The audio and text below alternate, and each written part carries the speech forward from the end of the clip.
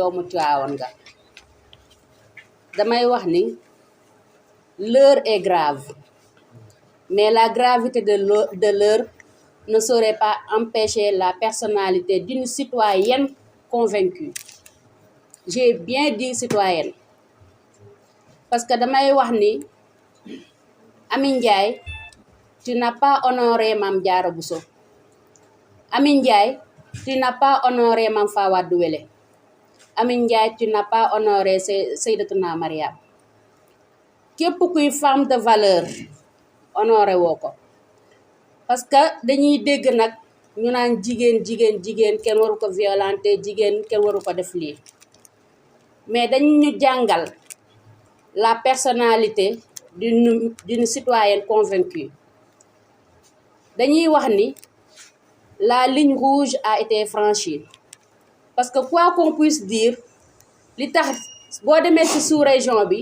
dëkk yëpp di tàkk te Sénégal ba tey tàkkagut parce que dafa am ñu ko téye nag seen sët la attaqué. Amy Ndiaye dafa attaqué publiquement fu mu waroon a défendre toute la population sénégalaise surtout Maam Borom Touba. Amy Ndiaye dafa attaqué foo xam ne si dafa waroon a défendre toute la population sénégalaise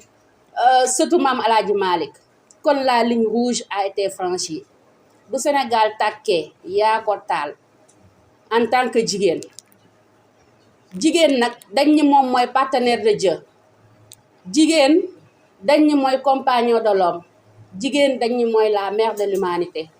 Kon je pense bien que assemblée tey jii jigéen ña ñoom ñoo waroon a dalal situation ba wante du ñoom ñoo koy taal. Lenn nag naa si yee suñu mbokku jigéen yi parce que bu ñu xoolee le président Ousmane Sonko Macky Sall bi mu ko bëggee attaqué jigéen la instrumentalisé. Macky Sall bu mu bëggee attaqué Serigne Moustapha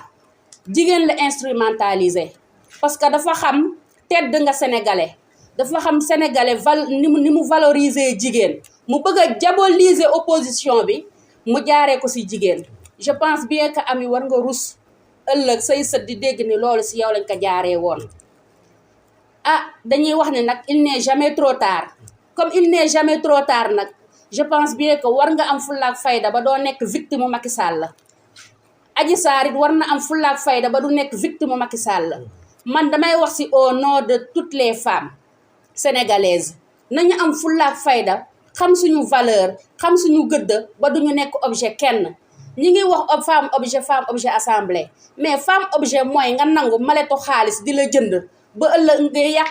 yàq sa honneur sët yëpp. Femme objet mooy ngay nangu ñu di la instrumentaliser ngay attaquer koo xam ne si li mu yer si ay citoyennes c'est des millions de citoyennes yoo xam ne si tey jii képp ku fa taxaw bépp mag boo xam ne si moom la Sénégal di sagoo ñi leen jur tey fierté nga si ñoom. ñooñu la ñu soxla assemblée mais soxlawuñ benn député boo xam ne si danga fay nekk yaa ngi wax yaa ngi saaga yaa ngi wax lu taar réew. ñoo ngi lay wax nag ne la bu dee maletu Macky Sall yi moo la jaral nga taxaw nga attaqué Serigne Moustapha ni au prix de ta vie ñu ngi lay waxal ni nag ñun avenir u Sénégal Serigne Moustapha mi nga attaqué xeex dëgg xeex lépp loo xam ne si mooy àq ak yelleefu sénégalais yi ñun jaral nañu ñun tamit au prix de notre vie. Asalaamaaleykum wa rahmatulah.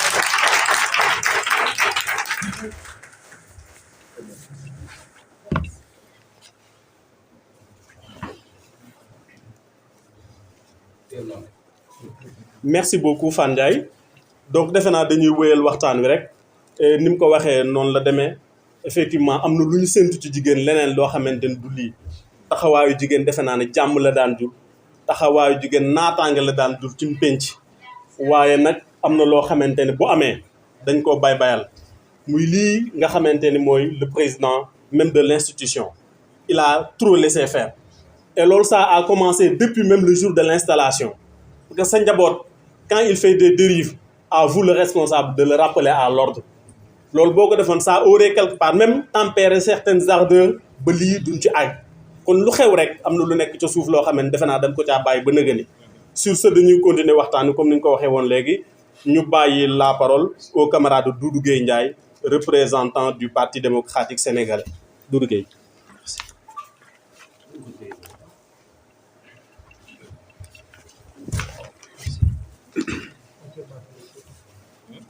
waaw asalaamaaleykum mbooloo mi maa ngi nuyu ñëpp ku ci ne sa tur ak sa sant di rafetlu jataay bi aussi di wax ni tey liñ fi indi comme ni ñu ko wax cri de cœur la parce que li tax mu doon cri de cœur moom mooy dama defee ni Sénégal dañ dul xalaat wala dañ dul fàttaliku nañu xam ne ñun dañoo wër def campagne am suñuy député yoo xamante ni dañ leen a fal ñu xool mission yi nga xamante ni ñi moom la leen santoon bu département Tivaouane waxee dëgg ci domaine yëpp nag laa wax kii nga xamante ni mooy Massata Samb dañu xool par rapport ak rôle bi nga xamante ni moom la joué au niveau de l' assemblée nationale. benn bi moom mooy bépp ministère bu fa jaar mën nañu wax ni problème mu Tivaouane rek lay wax bépp ministère bu fa jaar problème mu Tivaouane rek lay wax mën nañu wax ni député yi gën a intervenir au niveau de l' hémicycle moom la par rapport au niveau du département de Tivaouane. mais nag am na loo xamante ni ngëm dafa fort man mi de sama sëriñ Salim ku ko laal ma dal sa kaw parce que ngëm dafa fort am na loo xamante ni kenn du ko def nañu arrêté yi nga xamante ni moom mooy am arrêté ko mooy lan ki nga xamante ni mooy premier responsable mooy le président de la république muy Macky Sall parce que ak njabootam la chaque njaboot bu ñu jëmee ci safara da nga leen di antu mais soo antuwul nag di nga atte parce que quoi qu'on puisse dire am na loo xamante ni buñ ko teeloon a arrêté lii tey du am li may wax moom mooy foi dafa sori ci nit ngëm dafa sori te Sénégal ñu ngi jëm foo xamante ni bu ñu teelu artu dinañ atte li tax ñuy atte nag moom mooy religion du kaf du caaxaan Sénégal boo xoolee sous région yëpp boo xoolee li ko taal mais problème lan la religion wala ethnique donc yooyu buñ ko kafee beneen bi moom mooy ñu ngi ñaan tout le département de Tivaouane nañu xam ni dañoo am nous tous on est des Massata li tax on est des Massata parce que mission bi nga xamante ni moom lañ ko santoon quoi qu'on puisse dire accomplir na ko au niveau de l'hémicycle donc ñun defuñu lu dul nekk ci ginnaawam soutenir ko wax ni on est derrière lui jusqu'à la mort donc loolu laa amoon lu ma ci wax di gërëm ñëpp di sant ñëpp di wax ni nag notre frère Maodo Gueye dafa dem Dakar moo tax ñu envoyé mu délégation PDS man maa ngi tudd Doudou Gueye Ndiaye nekk responsable du PDS au niveau départemental jërëjëf.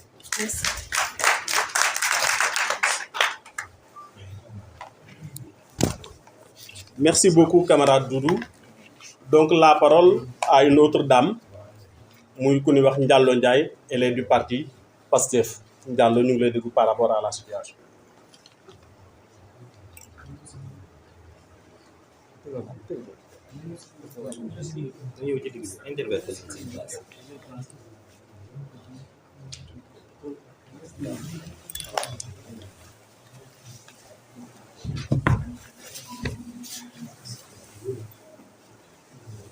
salaamaaleykum waa Sénégal salaamaaleykum mbooloo mi du nuyu ñëpp di wax li ñu boole liñ fi dajale tey neexul kenn cautionné wul violence mais lan moo jiitu violence ba assemblée boo seetloo opposition moo fay wax li jëme réew mi kanam moo fay wax dëgg mais ñi nekk ci pouvoir bi yëpp Macky Sall ñu mu dajale ay ruubekat suy nit ñi di wax ñi ngi saaga ñi ngi dagg ay saaga ñi ngi yuuxoo ñi ngi saboté ñu teg ko fan ñu naan victime de brutaliser jigéen mais ku jigéen ja lom nu mu def bi nga xam ne am nañ ko ak Serigne Moustapha Sy fii ci Tivaouane dans le cadre politique mënoon na ko cee bañ fekk bu ko defee dinañ ko wax dinañ ko sant dinañ ko gërëm. Nous allons donc sans plus tarder aborder la dernière partie celle française. Comme on vient de le dire, en tout cas toute la coalition, l'intercoalition, j'allais dire même Yewwi Wallu, est aujourd'hui vraiment très meurtrie par ce qui s'est passé au sein de l'hémicycle. Nous avons assisté, malgré nous, à l'élection d'un président qui n'a pas su jouer son rôle, qui n'a pas su prendre les devants au moment où il le fallait. S'il l'avait fait, un temps soit peu de calme allait régner au sein de l'hémicycle. Il a laissé les chiens aboyer jusqu'à ce que toute la population se soit réveillée. Alors ça, nous déplorons cette attitude avec la dernière énergie. Nous l'avons dit à l'entame de nos propos. Le président Macky Sall s'est engagé dans un vaste, périlleux et malchaphilique chantier qui est celui de réduire l'opposition à sa plus simple expression. Il a commencé par le président Karim Wade. En l'emprisonnant, ça a fait mal à plus d'un. mais on s'était dit que vraiment, ça n'allait plus reprendre. Il a enchaîné avec Khalifa Ababacar Sall. Il a enchaîné avec le président Ousmane Sonko. Et aujourd'hui, ne pouvant pas atteindre Serigne Moustapha Sy, on a instrumentalisé une malheureuse dame. Et on lui a dicté un texte qu'elle a récité. Un texte qu'elle n'a jamais voulu s'excuser. Et devant tout le monde, elle a récidivé. Et elle a réitéré ses propos en disant que s'il fallait le faire, elle va encore refaire la même chose.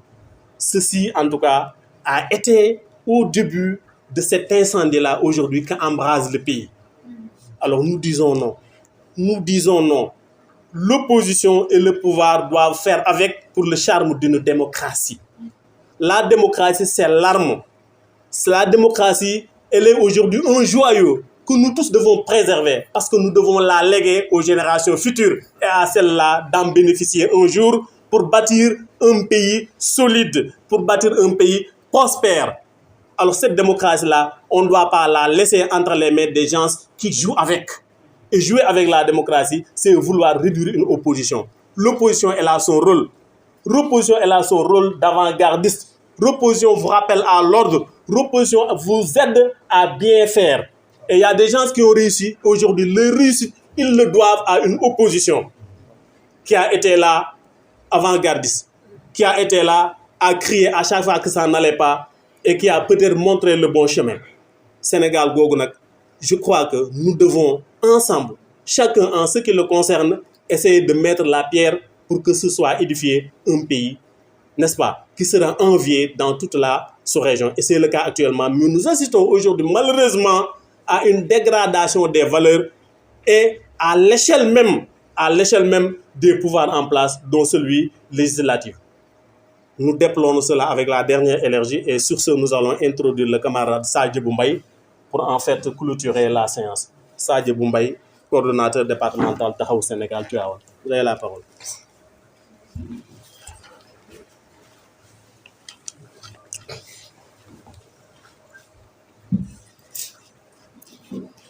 Bon, comme le veut la tradition dans un point de presse, quand on termine souvent, on peut livrer donc un communiqué en français pour permettre aux autres qui ne comprennent pas donc l'une des langues nationales qui est le Wolof de pouvoir saisir donc le message. Et je pense que Pape Gueye vient donc de faire une esquisse de cela. Et ce qui suit n'est que ramasser donc une synthèse de tout ce qui a été dit donc en Wolof. L'intercoalition Yewwi Wallu de Tivaouane manifeste sa solidarité sans faille et soutient avec toute l'énergie requise à l'honorable député Mastata Samb. L'épisode de cette semaine à l'Assemblée est un chapitre de cette longue série d'intimidations, de sarcasme des députés de Benno Bokk Yakaar. En sus de l'arrestation de Pape Alé Niang, l'audition de Ousmane Sonko, l'arrestation des gardes du corps, la surveillance quotidienne du leader du PASTEF par les éléments de la police et de la gendarmerie nationale à l'occasion de son émeute tour,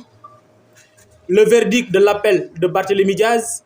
l'introduction de la gendarmerie nationale à l'Assemblée nationale pour forcer un président fantoche, autant de dérives notées du côté du pouvoir pour intimider une opposition responsable et consciente. Le frère Assane Diop, honorable député, moo waroon a ñëw dernièrement mu am empêchement mu woo ma téléphone ni ma boo nga teewal ma fa rek ñoo ngi nuyu ñëpp xam naa daanaka dama doon excuser wu rek parce que préparé wu ma woon trop pour jël parole mais li ñu constaté actuellement li am Sénégal moom mooy Macky Sall volonté boobu mu waxoon ni je vais réduire l'opposition à sa plus simple expression man je pense que ci la nekk ca boo xoolee loolu noonu da ko échoué na ko léegi lan moo ko desee mooy politique di kaw rek moo ci des comme ni ngeen waxee jot na Khalifa Sall jot na Karim jot na Sonko tey nag comme sëñ Moustapha ak njabootam dañoo doon ñu organiser amul fenn fu mu leen pénétrer tey peut-être mu instrument ñoom ak Farba Ngom gis nga ko ñu instrumentaliser benn jigéen pour mën koo jot mais kon gars yi ñu serein rek xam ni loolu du mus a nekk ca ñu wax ci réew mi tey jii da ngay triste parce que man bu ma gisee yenn intervention yi surtout ci féministes yi mais Mariama Sagna fii lañ ko assassiné mais Mame Diarra Fam duuruñu ko comme assemblée ñëpp di gis ñaata yoon ngay dégg ay jigéen ñu violé leen ay et cetera ca ñoom doo leen dégg ñu wax mais tey jii li lay wan ni ñu c'est-à-dire Amy Ndiaye prétexte la pour ñu mën a dugg ci Yewwi Askan Wi pour ñu mën a àgg ci sëñ bi te du mën a nekk moom mooy xoolal tey jii ñan ñoo ciy wax mel ni tey jii elle est la seule fille au Sénégal boo xam te ne dañ ko war a elle est victime si elle est victime parce que ñoom ñoo ko jël instrumentaliser ko pour mu attaquer kilifa barki dem dama wax ne la foi elle est sensible dañuy moytu foi di laal foi doomu jàmbur kon nag fi ñuy jeexale rek parce que préparé wuñ pour wax moom mooy comme leader yi Yewwi Askan Wi yëpp a ngi toog parti yëpp a ngi toog na leen gën a mobiliser wu parce que kii combat bi nga xamante ni da ko commencé ak ñun gis naa ni jaral na ko lu ne moom Macky Sall mais ñun tamit nañu jaral lu ne parce que tey jii Massata bu ñu ko seetaanee parce que dégg nga tappale yin commencé ku am 50 ans ñu naan ñu dafa ëmb gi kat kii ni ëmb na 9 mois ba ci yàgg ñu retourné waat ni ëmb na 3 mois mais xoolal li ñoom sax dañuy jaxasoo ci seen biir. ñu ngi leen di nuyu di remercier presse bi yëpp ci invitation bi ñu ñëw répondre ko fii nii ñun duñu guddal li ñuy war a wax ñi ñuy jiitu wax nañ ko sunu intervention ñun dañ koy axé au-delà de Massata parce que li ñu war a wax ci Massata ñi ñuy jiitu wax nañ ko liñ dul nangu mooy dafa am yu nga xamante ni dafa am ay pratique yuy am assemblée nationale te à chaque fois su ko un opposant defee ñu bëgg a jug dal ci kawam te su ko parti au pouvoir defee ñu ne ci tekkaaral ñun li ñu seetlu ci réew mi mooy Macky Sall dafa bëgg a taal réew mi ndax pas plus tard que hier gis nañ benn décret bu mu jël di nommer Serigne Bassirou Gueye bi nga xamante ne nii ñi ngi wax ne ci rapport gendarmerie bi ñu ngi ko ci tudd naan dafa falsifié wu ko ñu xëy suba mu nommer ko moom daal ku nga xamante ne nii yaa ngi def luy taal réew mi wala yaa ngi def lu nga xamante ne nii dëppoowul ak yoon Macky Sall mi ngi lay dooleel ci réew mi loolu nag dañ wax ne mënatu la continuer beneen fait bi nga xamante ne nii bëgg nañ ko wax fii mooy le rôle du président de l' assemblée nationale mënuñu nekk ci institution bu nga xamante ne dafa am kilifa ñu ne mooy président assemblée bi donte xam nañu ne niñ ko fale sax ñun d'accord ñu ne noonu lañ ko war a fale ñu fal ko nit ñi respecté ko mu nekk président de l' institution mu war su nit dérapé mu rappeler ko à l'ordre ñu gis ne dafay bàyyi des députés yi nga xamante ne dañu far ci camp présidentiel ñuy wax lu leen neex te du leen rappeler à l'ordre loolu nag mënul continuer aussi di am buñ bëggee jàmm am beneen fait bi nga xamante ne nii seetlu nañ ko ci assemblée mooy dañu am impression que ne Omar Youm sax dafa nekkul président groupe parlementaire parce que la fay xew lépp Farba Ngom moo koy instrumentaliser moo koy orchestré bureau la ñuy dugg nas dañuy nas génn mu jël ay jigéen di leen bëgg a këpp ci kanamu askan wi di leen bëgg a jaxaseeg àdduna loolu aussi mënatul continuer il faut que ñu arrêté li soxna Fatou Ndiaye wax man loolu laay wax mënuñu ñoom ñu ne le président Macky Sall jaral na leen seen bakkan ñeneen ñi am ay président yoo xam ne moom mooy nekk seen parti te du leen jaral seen bakkan donc ñoom lu leen Macky Sall jaral ñun suñu ay président parti jaral nañu ko rawatina suñu leader yi nga xamante ne ñoom la ñu am fii ñu nekk ci opposition bi nañu xam ne nii bu ñu arrêté ñu arrêté suñu arrêté wul luñ ci bëgg ñu dem ci parce que réew mi nag kenn gënuñu fee dëkk ñun ñoo bokk réew mi lu koy defar la ñuy wax lu koy ñoŋal la ñuy wax mais am na lu nga xamante ne nii kon ne du ma ko topp fa ngeen jëm dafa soriwul nañu wax ne ñu arrêté violence à l'Assemblée nationale bu nit ki fayoo nañu seet la ko indi lan la mënuñu wax ki fayu te waxuñu ki tooñ man ku wax ne diw tooñ na diw fayu na mën nañ ko comprendre waaye diw fayu na te diw tooñul loolu kenn mënu ko comprendre ci benn république bu nga xamante ne nañ démocratie am na fa nañu arrêté parce que lii xew nii nag à vrai dire mënatu la continuer dama gi wax benn wax comme fii attaque bi ci Serigne Moustapha la porté peut-être moo waral tey conférence de presse bi man de ba ma juddoog léegi mosuguma gis ko attaqué Serigne Moustapha am ci ndam donc nag nañu xam ne nii laal nañu laalaake te bu ko Massata deful woon itam keneen dana ko def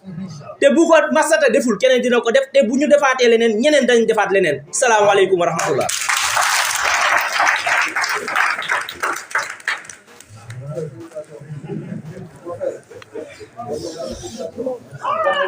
jërëjëf jërëjëf camarade Gorgui donc ñu wéyal waxtaan wi ku gis jataay bi ak ni ngay dégg daa xam ni jigéen sàngam mën naa jon yool nu ko neex waaye jigéen ma nga fam ne woon ci mbaax ci yiw ci tey ak ci defar dañuy jox kon kàddu gi ci jigéen ñi ba tey soxna Nogay Ndiaye donc de Taxawu Sénégal Nogay vous avez la parole.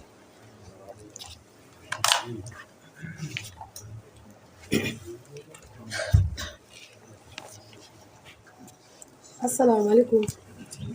maa ngi nuyu ñu teew ci jotaay bi yëpp di nuyu kilifa diine yëpp di nuyu kilifa aada yëpp di nuyu parti yi bokk ci coalition intercoalition bi yëpp man fi may waxee sama kàddu fi ma ko waxee mooy ci nguuru Macky Sall la Sénégal di gis laa gis Sénégal lu ma fi mus a gis man ba ma juddoo ba tey ci nguuru Macky Sall laa gis ñuy rey ay nit te dara du ci dikk ci nguuru Macky Sall laa gis biir assemblée nationale député taxaw ministre de la justice toog ministre de l'intérieur toog mun ko bul yem ci lacrymogène utal say ay buum yu bëri utal sa ay chaîne yu bëri opposant bu fi nekk di lapp-lappi takkal ba mu dëgër nga sànni ci géej gi loolu lu mu signifié mooy ñaari gendarme yi dee barki dem boo njaay loolu ñëpp dañ ci douté yàlla rek moo xam nag beneen bi mooy Khalifa Ababacar Sall la njëkk a denc nit ñi jéem ko fàttelu ca kenn fàttewu ko ñu pare mu utiliser jigéen pour atteindre Ousmane Sonko ñu pare mu utiliser waat jigéen pour atteindre sëñ Moustapha te yamul foofu de su paree keneen lay xool ñun jigéen ñi nag dañoo war a am fulla dañoo war a am fayda man considéré ma góor buy dóor jigéen mais fois kenn du ko laal gis nga ngëm-ngëmu doomu aadama ku ko laal bu réagir du ko tey gis nga mag kii Massata man je l'encourage et si c'était à refaire il refera la même chose parce que nit kese la gis nga nit mënul passer nit Massata est un être humain am lu mu gëm am xol am lu muy yëg ñu laal sëñ Moustapha Sy te Massata fam taxaw ginnaaw yàlla sëñ Moustapha Sy moo ko fa teg ndax moo ko tànnal boppam kon bu Amy Ndiaye taxawee ni ko Macky Sall suñu bakkan bii lañ teg ci moom Massata am na droit tamit ni ko sëñ Moustapha sama bakkan laa ki teg ndax Macky président de la République la tôt ou tard day jeexal mais sëñ Moustapha il est là avec ses talibés jusqu'à la mort donc ñoom lu leen Macky jaral sëñ Moustapha da leen koy jaral lu leen Macky jaral ñun leader yi nekk ci intercoalition bi lépp ku ci Macky laal ni taxawee tey noonu la ñuy taxawee sëñ Moustapha nag dafa nekk un citoyen mais citoyen plus loolu moo ko utale ak Ousmane Sonko loolu ko moo ko utale ak Khalifa Ababacar Sall ñun jigéen ñu war am fulla waruñu nekk escalier des politiciens waruñu ñun ñu utiliser Adji Sarr pour Ousmane Sonko ba ko utiliser Amy Ndiaye mais Amy Ndiaye du débat xam nga lan mooy débat bi lii ça ne passera pas Assemblée nationale les violences verbaux moo gën a bëri violence bi nga xamante moom la Massata def depuis ñu installé Assemblée nationale ba léegi benn femme taxawul ni Abbas boo ñëwee ma defal la bagage en tant que femme jàkkaarloo góoru yàlla bu bàyyi jabaram ca këram ak ay doomam ngeen ko ñëwal ma defal la bagage dans quel pays nous sommes yow góor boo jàkkaarloo moom ni ko kaa ngi defal la bagage c'est parce que dañ laa déy dañ laa ngemb Farba mi ñuy wax démb dama suivre jàkkaarloo Omar Sy mi nga xam ne mi ngi woon assemblée nee na c'est la première fois ba législature commencé ba léegi Farba nekk député présence su Farba daf ko jaaxal au niveau de l'Assemblée nationale parce que Farba bii passé daawul ñëw mais bii il est toujours là-bas et à côté de Amy Ndiaye kon loolu lan lay signifier Amy Ndiaye nag dañ ko déy mais dina xam de quel bois nous chauffe bii duñ ko bàyyi loolu je vous remercie merci beaucoup